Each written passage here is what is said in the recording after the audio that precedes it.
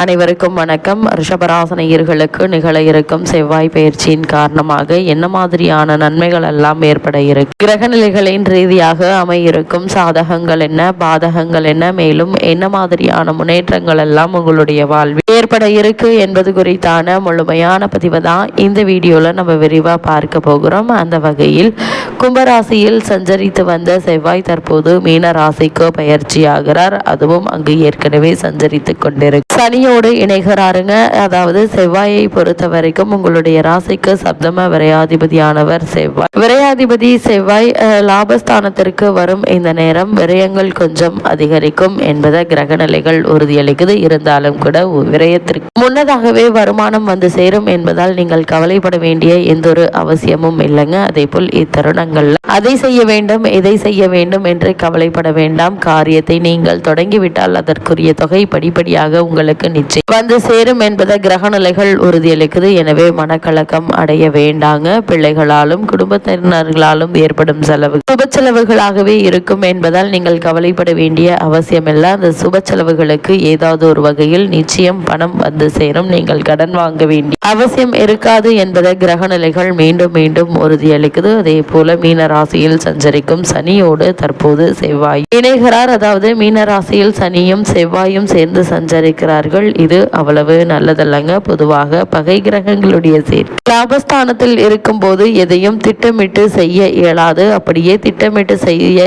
நினைத்தாலும் ஏதாவது ஒரு தடங்கல்கள் தாமதங்கள் ஏற்படுவதற்கான வாய்ப்புகள் உண்டு. பிறரை நம்பி ஏமாறும் சூழ்நிலை உண்டுங்க. பொருளாதார பற்றாக்குறை அதிகரிக்க இருக்கு. தொழில் மாற்ற சிந்தனைகள் உண்டுங்க. அதே போல் இத்தருணங்கள் உத்தியோகத்தில் சக ஊழியர்களிடம் உங்களுடைய முன்னேற்றத்தை பற்றி சொல்ல வேண்டாங்க. குலதெய்வ வழிபாடும் இஷ்ட தெய்வ வழிபாடும் நிச்சயம் உங்களுக்கு கை கொடுக்கும் என்பதை கிரக நிலைகள் மீண்டும் மீண்டும் உறுதியளிக்குது. அது மட்டும் இல்லாம இத்தருணங்கள்ல புதனும் மீன ராசி பெயர்ச்சியாகி செவ்வாய் மற்றும் சனியோடு இணைகிறார். உங்களுடைய ராசிக்கு 2, 5 ஆகிய இடங்களுக்கு அதிபதியானவர் புதன். அவர் நீச்சம் பெறுவது அவ்வளவு நல்லதல்லங்க. பணத்தட்டுப்பாடு ஏற்படுவதற்கான வாய்ப்புகள் உண்டு. பல பணிகள் பாதியிலேயே நின்ற நிலையில் இந்த சேர்க்கைக்கு பிறகு உங்களுடைய முயற்சிகளுக்கு நல்ல ஒரு வெற்றி கிடைக்க இருக்கு. இனியும் யோசித்து செய்ய வேண்டிய ஒரு நேரம் என்பதால் எந்த ஒரு செயலை செய்வதாக இருந்தாலும் ஒரு முறை பல முறை ஆழ்ந்து யோசித்து சிந்தித்து செயலாற்றுவது அவசியங்க. நீங்கள் உங்களுடைய எதிர்பார்ப்புகள் அனைத்தும் நிறைவேறுவதிலிருந்து தடைகள் அகல இருக்கு.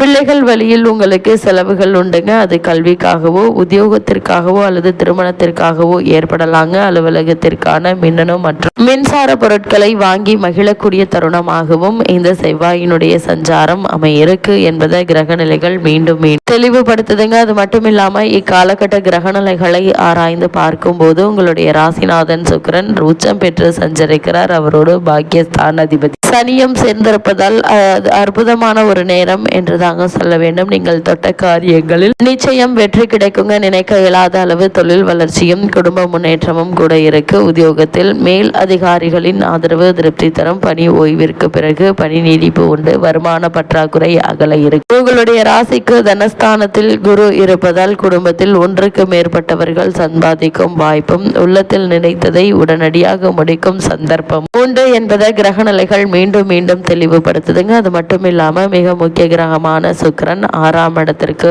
அதிபதி 12ஆம் இடத்திற்கு வரும் இந்த நேரம் அற்புதமான ஒரு நேரமாக அமைகிறது. கடமையில் இருந்த தொய்வு அகல இருக்குதுங்க. காலாவதியான கடன் கூட வசூலாகுங்க. இடம் வாங்கி வீடு கட்டும் யோகம் உண்டு. இல்லத்தில் உள்ளவர்களின் தேவைகளை பூர்த்தி செய்ய இருக்கீங்க. உத்தியோகத்தில் இதுவரை நீங்கள் எதிர்பார்த்து காத்திருந்த ஊதிய உயர்வு தானாக வந்து சேருங்க. நல்ல சந்தர்ப்பங்கள் பலவும் நடைபெறுவதற்கான ஒரு தருணமாக தான் இக்காலகட்டம் அமையிருக்குதுங்க. அது மட்டும் இல்லாம இந்த செவ்வாய் பயிற்சி நிகழக்கூடிய இத்தருணங்கள்ல குருவும் வக்ரன் நிவர்த்தி பெறுகிறார். அதாவது குரு பகவான் அஷ்டம லாபாதிபதியானவர். இழப்புகள் கொடுப்பவரும் குருவே, இழப்புகளை ஈடு செய்பவரும் அவரை. எனவே இக்காலத்தில் ஏற்ற இறக்க நிலை இருந்தாலும் போற்றும்படியான வாழ்க்கை தரும் அமையுங்க. குறிப்பாக வெளிநாட்டு முயற்சியில் ஆதாயம் கிடைக்க இருக்கு. குடும்பத்தில் சுபகாரிய பேச்சுக்கள் கை கொடுங்க. மாற்று கருத்துடையோர் மனம் மாறுவதற்கான வாய்ப்புகள் அதிகம் இருக்கு. உத்தியோகத்தில் கேட்ட சலுகைகள் கிடைக்கும் என்பதுல எந்த ஒரு சந்தேகமும் இல்லை. அதே போல ரிஷபராசினியர்களை பொறுத்த வரைக்கும் பொது வாழ்வில் உள்ளவர்களுக்கு சந்தர்ப்பங்கள் சாதகமாக அமையும். வியாபாரம் மற்றும் தொழில் செய்பவர்களுக்கு பணியாளர்களால் தொல்லை உண்டு. உத்தியோகத்தில் உள்ளவர்களுக்கு மேலதிகாரிகளின் ஆதரவு கிடைக்கும். மாணவ மாணவிகளுக்கு பெற்றோருடைய ஒத்துழைப்பு நிச்சயம் உண்டுங்க. பெண்கள் வருமானம் திருப்திகரமாக இருக்கும். பிள்ளைகளுக்கான கடமைகளை செவ்வனே செய்து வெற்றி காணக்கூடிய ஒரு தருணமாக தான் இக்காலகட்டம் அமையிருக்கு என்பது கிரக நிலைகள் மீண்டும் மீண்டும் உறுதியளிக்குதுங்க. அது மட்டும் இல்லாம ரிஷபராசினியர்களை பொறுத்த வரைக்கும் இந்த செவ்வாயினுடைய பயிற்சி நிகழக்கூடிய தருணங்கள்ல மேல் என்ன மாதிரியான நன்மைகள் எல்லாம் ஏற்பட இருக்கு என்று பார்க்கும்போது உங்களுடைய ராசிக்கு தனஸ்தானத்தில் குரு பகவான் வக்ரகதியில் வலம் வரும் இத்தருணத்தில் லாபஸ்தானத்தில் சுக்கிரன் சனி இணைந்திருக்கிறாங்க.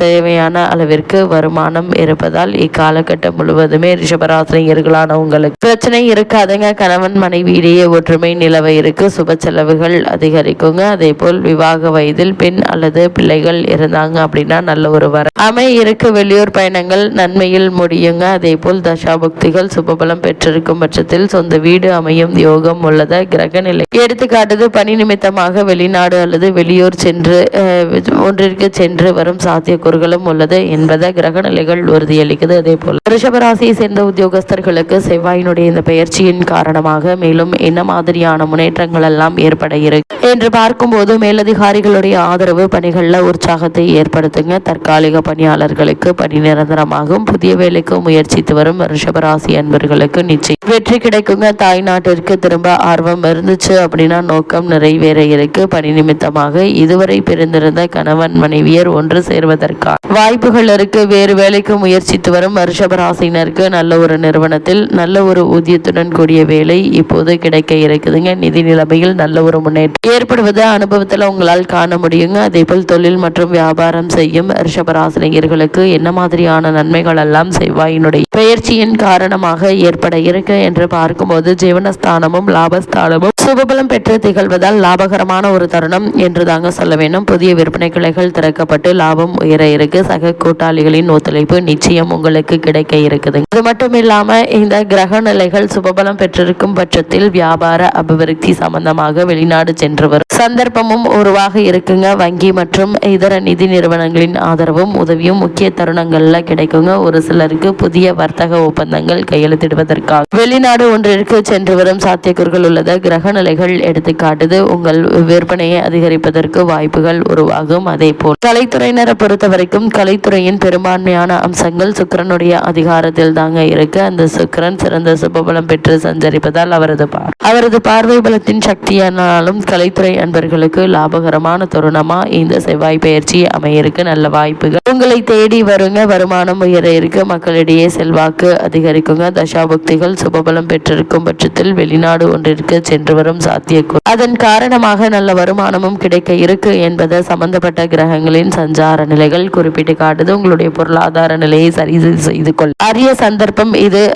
இந்த சந்தர்ப்பத்தை பயன்படுத்திக் கொள்வது உங்களுடைய திறன்ல இருக்குதுங்க. அதே போல் அரசியல் துறையினரை பொறுத்த வரைக்கும் அரசியல் துறை பெரும்பாலும் சுக்கிரனுடைய ஆதிக்கத்தில் இருக்குதுங்க. அந்த அரசியல் கிரகம் இக்காலகட்டம் முழுவதுமே உங்களுக்கு ஆதரவாக சஞ்சரிப்பதால் கட்சியில் உயர்மட்ட தலைவர்களின் உதவி கிடைக்க இருக்குது. கூடிய விரைவில் கட்சியில் உங்களுக்கு ஒரு பொறுப்போ அல்லது பதவியோ கிடைப்பதற்கான சாத்தியக்கூறுகள் இருக்குதுங்க. மாணவ மாணவியரை பொறுத்த வரைக்கும் வித்யாகாரகரான புதனும் கல்வித்துறையுடன் தொடர்புள்ள மற்ற கிரகங்களும் ஓரளவே அனுகூலமாக இருப்பதால் மாணவ மாணவியருக்கு கல்வியில் சிறந்த முன்னேற்றம் ஏற்பட இருக்கு என்பதை கிரக நிலைகள் தெளிவுபடுத்துது. சக மாணவர்களுடன் பழகுவதில் அளவோடு இருப்பது அவசியங்க. விடுதிகளில் தங்கி படித்து வரும் மாணவ மாணவியர் கைப்பணத்தை சிக்கனமாக செலவு செய்ய வேண்டுங்க. உடல் ஆரோக்கியத்தில் கவனமாக இருக்க வேண்டும் என்பதை கிரக நிலைகள் எடுத்துக்காட்டுது. இத்தருணங்கள்ல கிரக நிலைகளின் ரீதியாக கூறப்படும் பரிகாரம் என்ன என்று பார்க்கும்போது செவ்வாய்க்கிழமை முருகப்பெருமானுக்கு செவ்வரளி மலர் சாற்றி வழிபடுங்க. எண்ணற்ற நன்மைகள் உங்களுடைய வாழ்வில் நிச்சயம் ஏற்படும்.